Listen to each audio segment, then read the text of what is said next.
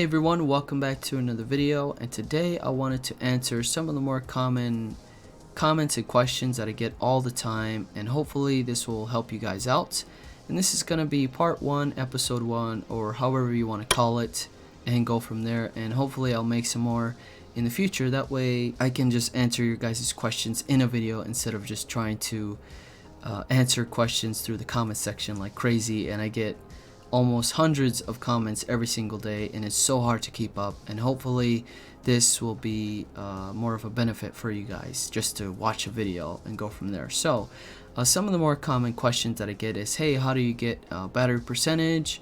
Why is Homebrew Browser not working? Is Adrenaline gonna work for 3.73? Why downgrade? And some help through VitaShell. So I'll walk you through, guys, on VitaShell a little bit and help you understand how it works, and also kind of go through some of the apps that I highly recommend you getting to just kind of have a better experience with your Vita. So let's get started with the Spoof MAC Address. That was a very interesting question that I got, and I wanted to answer that. So spoofing your MAC address will just basically erase your MAC address, and this is helpful for me. That way, if I'm doing some type of a demonstration that has to involve the system information, I could just go in here and show you my system software, what I'm rocking, and my memory card. So I do have 3.60 running. It's downgraded through Hinkaku Enzo, and it's working just fine. It's permanent custom firmware, and MAC address is all X'd out. And this is a plugin that you can get through Auto Plugins application, and it's very simple, very easy to install. And you can see my memory card is the 256 gigabyte card, and it's working just fine. So let's go check out that plugin or that application, and it's called Auto Plugins 2. And if you do have just Auto Plugins, I recommend you upgrading to the Auto Plugin 2 application, just because you're gonna get more updates through that app. And as you can see, there is an update for Auto Plugin, which is great. So as long as you're connected through the internet, Wi-Fi, it will update and get all sort of support through that, which is great. And that's why you want to get Auto Plugins 2. And we got 9.22 megabytes downloading and installing. God, I love this. This is great. This is why you always want to keep up to date with some of these apps and not get stuck with some of the old stuff, because you won't be able to do things like this. And as they're updating, they will add more plugins for your PSP emulator, which is Adrenaline, and also for the Vita. So it looks like it's unpacking the VPK and installing the update. So this will take some time, hopefully not too long. If you're unfamiliar with how auto plugins work, it's just an app that allows you to install directly onto your Vita all these different plugins, and that way you don't have to go on your computer and download all these different plugins one at a time and install them one at a time. So let's enter into install plugins, and you want to scroll down all the way to V, and the plugin is called Vita Mac Spoofer by Freakler. And it's a plugin to spoof your MAC address in the system information. So all you have to do is just press X to install the plugin, and you'll be good to go. So I'm pressing X here, and Vita Mac Spoofer has been installed. Another great plugin we can take a look at here while we're in Auto Plugins is called Shellbat, and this is the plugin that allows us to see the battery percentage in our status bar. And so you can go ahead and install that plugin as well.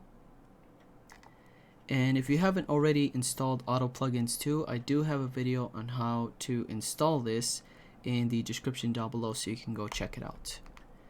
And what we're gonna have to do is restart this bad boy and exit. Once your system restarts, you should see the battery percentage at the top working just fine. And you go into your settings, go to your system information, and you should see the Mac spoofed out, just like that. Moving on to spoofing your firmware, and this is a very common question I get all the time in my downgrade video. And after you downgrade your system, you do have this message that pops up saying, hey, you have to update to 3.73 when you're playing a certain game or you're going into the PSN store. And it's very easy to disable that, and all you have to do is go into your settings and go into your Hinkaku settings, and you want to enable PSN spoofing at the top, enable version spoofing, checked both of these, and your spoof version should be at 3.73, which is the latest, and make sure that's updated, and that way you can avoid having those issues and having that message pop up, because someone did downgrade. They took like an hour and a half to downgrade it, and the system automatically saw that it was on a low version, and he connected to internet, and then the system automatically updated it to 3.73, which is unfortunate. So make sure that's one of the first things you have to do once you're done downgrading, either 3.60 or 3.65, and go from there. Moving on to Homebrew Browser. Robles, why isn't Homebrew Browser working? Now, the problem with Homebrew Browser, whoops, that's the wrong one. Homebrew Browser is just, you know, there's so many different things going on with that application. Here it is. And I updated it to the latest version, which the dev had removed a lot of pictures and a lot of information. That way it would run a lot smoother and actually work. So, not too long ago, like I would say 2-3 weeks ago, it wasn't working. I couldn't open it up. You know, I was just having issues. I kept getting that message that's saying, hey, it's crashing, you can't start it up, or things like that. And now it's working. I just used this yesterday, and it's looking like it's back to normal. So there are some days that it's working and some days that it's not working, and that's my experience. So make sure to update it to this version, and I do have a video on how to update it, and I'll leave that link in the description down below for you. And if you don't know what Vita Homebrew Browser is, it's a really awesome application that allows you to automatically install games and utilities, emulators, and all sorts of cool stuff directly from the internet to your Vita, and that way you don't have to mess with your PC at all. And it's just a great app to have and a nice little backup. We have all sorts of different emulators, all sorts of different utilities. I just covered fingerprint utility application, and you can install it here right away, and you can see the different dates when they were updated or released. And let's check out fingerprint here, and all you have to do is just download it. You just press the download. Depending on the size, it will take some time to install, you know, unpack the files and install it on your Vita. And then once it's done, you can open the app within this app. It's kind of weird. Once you press open, it will go back home, open the app, and go from there. So very easy to follow through. Unfortunately, you won't be able to see any pictures. So when you're going through the games, you're just going to have to look at it and see if it's worth messing around. And uninstall if you don't like it. It's very easy to do. And yeah. And another question I always get almost every single day is, Adrenaline, will it work for 3.73? And I'm sorry to say, no, it will not work for 3.73, and we haven't seen an update so far for this application. And this app allows you to have the entire PSP experience on your Vita, and it's a great emulation. It allows you to play the PSP games and the PS1 games no problem. So yeah, we're accessing the Adrenaline app here, and it's working just fine, and we have that very nostalgic feel of the PSP. And we go into my system information, and there it is, 6.61 Adrenaline-6.9, which is the latest version, and the MAC address is spoofed out. And once you have Adrenaline, you basically have, you know, the whole PSP hacked version on your Vita. You can press select, you know, go through the recovery menu, which is pretty cool. And then within Adrenaline, there are several options too. So let's get out of here. If I hold the home button, and go to Adrenaline settings. Here we have different options. Here's the Adrenaline menu, which we'll see even if we're playing a game, which is great. Here's our save states, different settings, about, things like that. So yeah, it's a really awesome app, and you must have this if you're downgraded. And that's another thing I wanted to talk about at the end of this video, and I'll show you what I got going on here.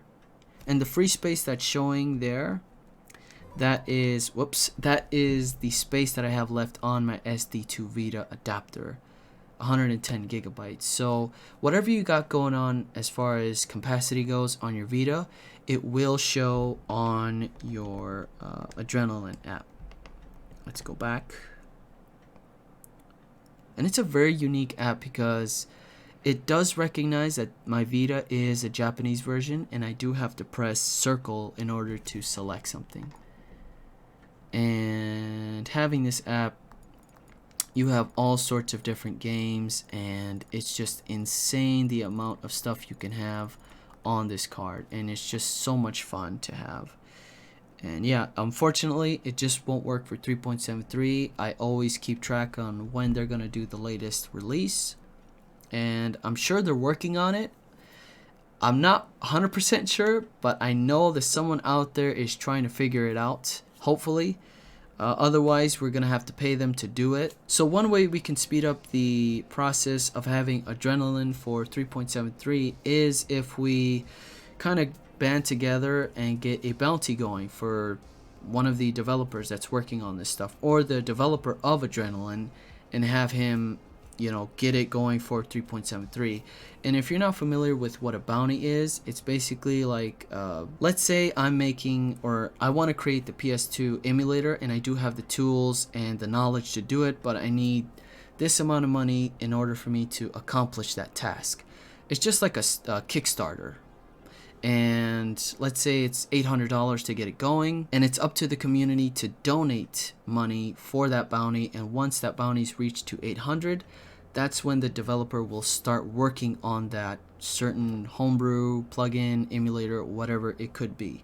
So that's one thing we can do, is kind of dig a little deeper on that and see if we can get something going as a community. Now, why downgrade from 3.73? What are the risks that you're taking with downgrading from 3.73? So one of the main things I wanted to get going on my PS Vita was Adrenaline, just because there's so much potential with that, and just so much stuff to play, all the PSP games, PS1 games, and just a lot of fun stuff on the PSP, and just transferring it onto the Vita, which I personally think is a lot better playing on the Vita than the regular PSP, just because I have a better experience, you know, an awesome display, a bigger display, the buttons, the two analog sticks. It's just a better feel for me. And so downgrading, you will be able to use Adrenaline, and that's one of the main apps to use, and I think that's very critical because a lot of people want to play PSP and PS1 games. And although RetroArch does play PS1 games, it's just not as good as Adrenaline or just running it off your PSP. And that's the best emulation you can get. And also, if you do have PKGJ, which is this app, you can download all these different PSP games. And what's great about it is that PKGJ recognizes Adrenaline, and all you have to do is hit download, and it will install in the correct folder. And once you run Adrenaline, you will see the games there working no problem. And that's just, you can't beat that, right? The Vita is so powerful, and I feel like it just gets unappreciated. And a lot of people who are hardcore PSP users, I understand, I love the PSP, but as far as I'm concerned, the PS Vita is so much better, a lot better experience, more powerful, and I just like the feel of it. The interface is so great, and there's so much you can do on this, and it's one of the best. I would think it's the best handheld console ever, just rivaling the PSP just a little bit. For me personally, I love the PSP. For me, it's number one, but ever since I got the PS Vita, it's just been a game changer, and I love it so much. So if you haven't already downgraded, I suggest doing it, but you do run the risk of breaking your system. if you're not following the steps correctly. And what bricking your system is basically just ruining your entire system, where you can't even start it up, you can't even do anything with it, because it's just like frozen, black screen of death, and you're just completely screwed, and you can't even go to recovery mode and just restart and clear everything. So that's one of the risks you're taking if you delete the wrong folder, if you install it in the wrong folder, if you miss a step or something like that. You can screw it all up. In downgrading, you have to take your time, you have to know what you're doing, and that's why I created that video for you. And I do have that in the description down below for you, so you can go check it out. So creating that video, that was my first time ever downgrading, and it worked out just great. Just make sure to follow each step carefully. If you do have the SD to Vita adapter and you're downgrading, I do have a second video on how to re-enable all that stuff. So make sure to follow the first video and the second video. So let's go check out VitaShell here finally, and just kind of talk about how this works. So VitaShell, you have to have this, and it's almost always included when you're hacking your system. And your VitaShell might look a little bit different because I do have a theme going on here, and if you're interested on getting this, I have another video for you in the description down below. So VitaShell is our USB or FTP client connection. This is the way we're going to be installing applications and transferring stuff from our PC to our Vita. And VitaShell works great. If you press start, we have the main settings, and the first setting is theme. The second setting is the USB device, and the USB device is where we're going to transfer our files from our PC to our Vita. So you have to make sure this is enabled correctly. So if you have a SD to Vita adapter like I do, you want to make sure it's selected to that option.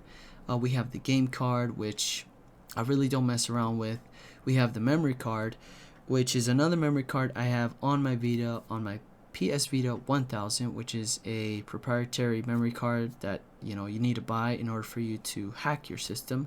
And this is just an additional storage, and you can place files in there as well, but I like to use the SD to Vita. And the PS VSD, I don't use that at all. So moving on to select button, and this is how we're going to connect to our PC. So our first one is FTP, which I use a lot, and we have the USB connection, which a lot of you guys use all the time. So I use the FTP client because it's just better for me to do my demonstrations. That way I don't lose my connection to my OBS Streamlabs while recording. So the FTP is just a connection through the internet, and you have to have your Vita on the same network as your PC, and you can just transfer files wirelessly, which is great. You don't have to be connected USB or whatever like that from your Vita to your PC, which works great. The next two options, we have disable auto update and disable warning messages. And when I first installed Vita, these two options were disabled, so I'm just going to leave it like that. And restart VitaShell. So if you installed certain themes or you're not seeing something, you can always restart VitaShell and see if it appears if you just refresh it a little bit. And then we have power. We can reboot our Vita, we can power it off or hit standby. So looking at all the different folders here, you want to make sure you don't delete a certain folder. You want to do your research before you do something like that. And if you're running out of space, just go watch a video on how to clean up your Vita. I'm sure there's a lot of them out there, and hopefully I'll make one for you in the future. I had one subscriber hack his system and delete the wrong folder, and he had to start everything all over again, delete all his games, and it was just tragedy, and I felt so bad for him. And that was his only option, because retrieving that folder is like, how are we supposed to know which folder is which one he deleted, and where to put it? So there really isn't a solution for a problem like that, and the only way out is basically just starting all over again and restarting from scratch. There is a way to format your entire system, a clean slate, back to factory settings by going into the recovery menu, and I do have a video on that as well in the description down below. So the UXO folder is my SD to Vita adapter, and you can see the type and size. It's 238.49 gigabytes, and that is the 256 gigabyte card, the micro SD card I have in the adapter. And the 128.40 gigabytes that is the amount I've used so far. So that's the amount of stuff that I have on my card, and it really does show you how much space I have left. But you can check it out in the settings. Let's go back into settings. Let's go into system settings, system information, and you can see the free space there, 110 gigabytes. And finally, I'll talk about certain applications that I recommend you guys installing, and I do have videos on all this stuff. Check out the PS Vita hacks playlist in the description down below and go find them. So let's take a look at the first one here. We got RetroArch. It's a really cool all-in-one emulator for your Vita. This plays all sorts of different retro systems: Game Boy, Nintendo, Super Nintendo, Sega Genesis. The list goes on forever. Next up, we have Custom Themes Manager. This is a great app if you want to have a better feel of your system and have a custom theme like I do here with the really cool music playing in the background and awesome wallpaper. Next up, if you are downgraded, go to Adrenaline, the best emulator for PSP and PS1 games. Next up, we have PKGJ. This is an awesome app that allows you to download all sorts of different games, but you have to make sure you're installing the correct plugins in order for this to work, and I do have a full video on that in the playlist. And finally, I recommend you guys getting the PSP Homebrew Browser. It's one of the best apps that works well with Adrenaline, and you can't go wrong with installing this one. So that is it for this video. Thank you so much for watching. I really do appreciate it. Any questions, comment down below. If you enjoyed it, give it a thumbs up. And if you haven't already subscribed, please subscribe to the channel and hit that notification bell so you don't miss a video in the future. Thank you guys so much for watching. Take care, and I'll see you on the next one.